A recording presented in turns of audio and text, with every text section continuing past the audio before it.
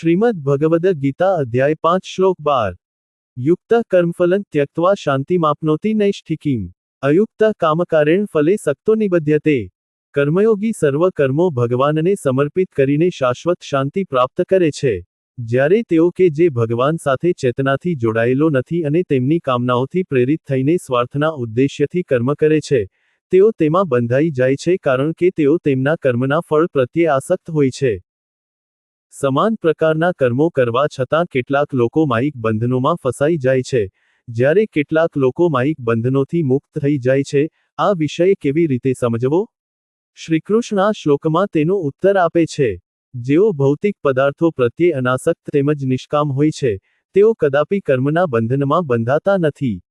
પરંતુ જે લોકોને ફળની ભૂખ હોય છે અને ભૌતિક સુખો માણવાની ઈચ્છાથી પ્રભાવિત થયેલા હોય છે, તેઓ કર્મફળના બંધનમાં બંધાઈ જાય છે।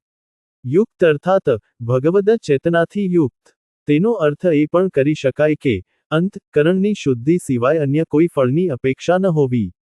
જે મનુષ્ય યુક્ત હોય છે તેઓ તેમના કર્મોના ફળોની કામનાઓનો ત્યાગ કરી દે છે અને તેના બદલે આત્મશુદ્ધિના ઉદ્દેશ્યથી કાર્યો કરે છે। પરિણામે તેઓ શીઘ્રતાથી દિવ્ય ચેતના અને દિવ્યાનંદ પ્રાપ્ત કરે છે। બીજી બાજુ અયુક્ત અર્થાત જે ભગવદ ચેતના સાથે જોડાયેલો નથી। આને એ રીતે પણ અભિવ્યક્ત કરી શકાય કે લૌકિક સુખોની કામના કરવી જે આત્મા માટે લાભદાયક નથી।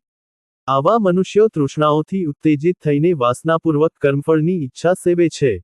આવી ચેતનાથી યુક્ત થઈને કરેલા કર્મોના ફળ આવા અયુક્ત મનુષ્યોને સંસાર અથવા જન્મ અને મરણના ચક્રમાં બાંધી દે છે।